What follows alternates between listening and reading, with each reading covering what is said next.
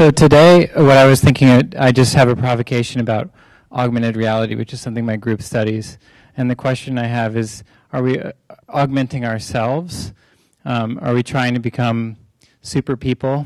And I'm looking back at, in 1968, Ivan Sutherland's head-mounted display. It's a fairly awkward, unergonomic thing, but the basic idea of it was that to try and combine the physical and the digital world, and I wonder what that would look like. So here is a view of what that might look like from a sort of horror vision point of view.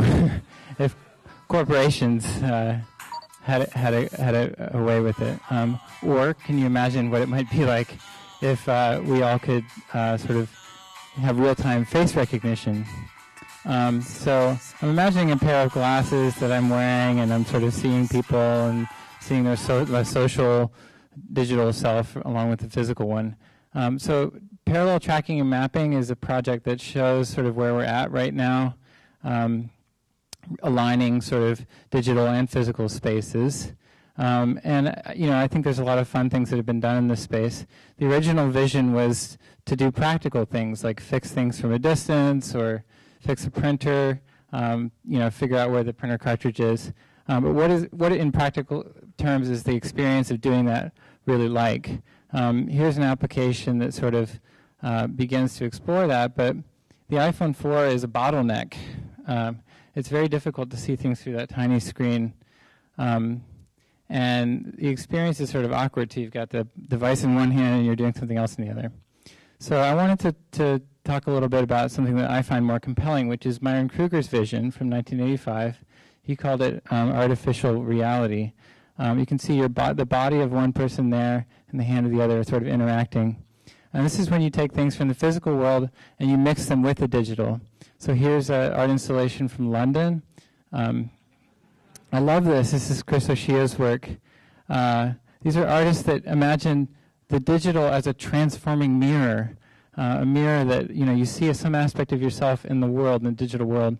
Here, children hold their bodies up to grow the trees. They can move water from the floor to the trees to cultivate an ecology that changes over time in this room. It's quite beautiful. And I think advertisers are sort of picking up on this. Here's a Google ad where people want to augment some aspect of themselves just by searching the web and then projecting on themselves. So I would describe this as a mixed reality, right? This is not inside my head, but it's out in the world. Another way of thinking of this space is through the flashlight metaphor. I have a character. It's interacting with real things that I draw on the whiteboard. This is sort of powerful now when you can use computer vision to correlate the physical world and the digital one. So our group, we've explored a little bit of this. What happens when our cell phones have projectors? We can project two characters. What happens when they recognize each other? Could they walk with each other? Could they shake hands?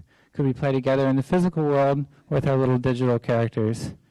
Also, could I exchange files with somebody in this room just by using any surface as a projection surface?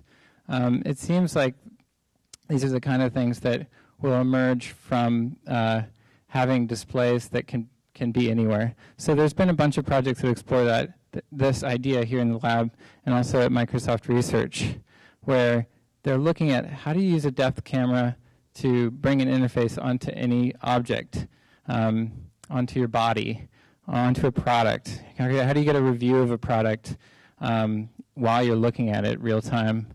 How do you get a review of a book from somebody while you're looking at the book? And we all know that image recognition doesn't really work that well, but it works well for things like books. Another thing that I think is very interesting about combining the physical and the digital world is using color tracking. So here you can see these guys are combining real objects from the world to sort of improvise their own game controllers. I've played with this in my own research because I love puppetry, and I would love to be able to hold up any toy up to my computer and have that control a digital character. So here is just a mock-up that I made where I've got a puppet that's controlling a digital puppet on the screen.